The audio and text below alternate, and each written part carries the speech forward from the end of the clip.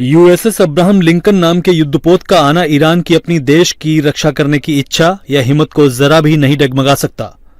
हमारे पास अपने देश की पूरी ताकत से रक्षा करने की इच्छा भी है और पूरी क्षमता भी। हमारे साथ हमारी जनता है और पिछले कई दशकों का अनुभव भी। इसलिए ईरान की इस्लामी गणराज्य की सशस्त्र सेनाएं हर गतिविधि और हर बदलाव पर बहुत ध्यान से नजर रखेंगी। साथ साथ वे एक पल भी ऐसा नहीं जाने देंगी जब वे अपनी ताकत बढ़ाने के लिए काम न कर रही हों, ताकि ईरान की राष्ट्रीय संप्रभुता, राष्ट्रीय सम्मान और राष्ट्रीय सुरक्षा की रक्षा की जा सके। मैं ये भी कहना चाहता हूं कि हमारे क्षेत्र में सेनाएं भेजना और धमकियां देना अंतर्राष्ट्रीय नियमों और सिद्धांतों के खिलाफ है। दुर्भाग्य से हमें पता है कि अमेरिकी पक्ष इन सिद्धांतों का ज्यादा सम्मान नहीं करता, जबकि यही सिद्धांत पूरी दुनिया और क्षेत्रीय सुरक्षा की रक्षा करते हैं। अगर इनका उल्लंघन होता है तो पैदा होने वाली असुरक्षा सभी को प्रभावित करेगी। इसी वजह से पड़ोसी देश, क्षेत्र के देश और यहां तक कि क्षेत्र के बाहर के वे देश भी जो सच में अंतर्राष्ट्रीय शांति और सुरक्षा को महत्व देते हैं, सिर्फ शब्दों में नहीं, ये कोशिश कर रहे हैं कि कोई भी पक्ष किसी गलत अंदाजे या गलत फैसले में न फंसे।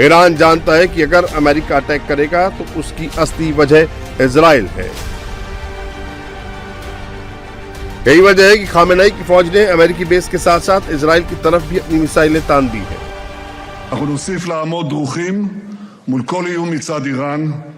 ईरान की तरफ से हमें नुकसान पहुंचाने की किसी भी कोशिश का कड़ा और निर्णायक जवाब दिया जाएगा। ये एक बहुत बड़ी गलती होगी, ऐसी गलती जिसे दोहराने की गुंजाइश नहीं होगी। זו תהיה טעות גדולה מאוד, טעות אחת יותר מדי। ईरान इस बार अकेले अटैक नहीं करेगा, बल्कि यमन से लेकर मिडिल ईस्ट में उसके सभी प्रॉक्सी संगठन इस जंग में कूदेंगे। ये यमन के हूती ने वीडियो जारी करके धमकी दी है कि अगर ईरान पर अटैक हुआ तो लाल सागर अमेरिकी फौजियों के खून से लाल हो जाएगा। ईरान ने इराक से लेकर लेबनान तक अपनी सभी प्रॉक्सी को एक्टिव कर दिया है। ये इराकी हिजबुल्लाह का वीडियो है जिसमें वो अमेरिका और इजराइल के खिलाफ ऐलान जंग कर रहे हैं।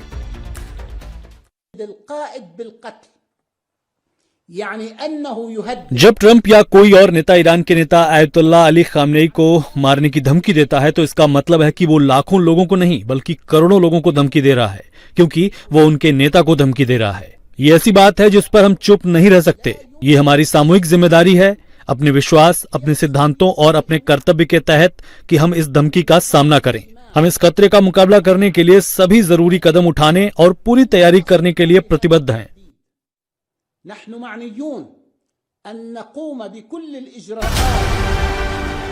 अमेरिका के खिलाफ चीन और रूस भी ईरान की अंदर ही अंदर मदद कर रहे हैं। लगातार नए नए एडवांस हथियार ईरान भेज रहे हैं। यानी अमेरिका के लिए ईरान का मोर्चा इतना आसान नहीं होगा।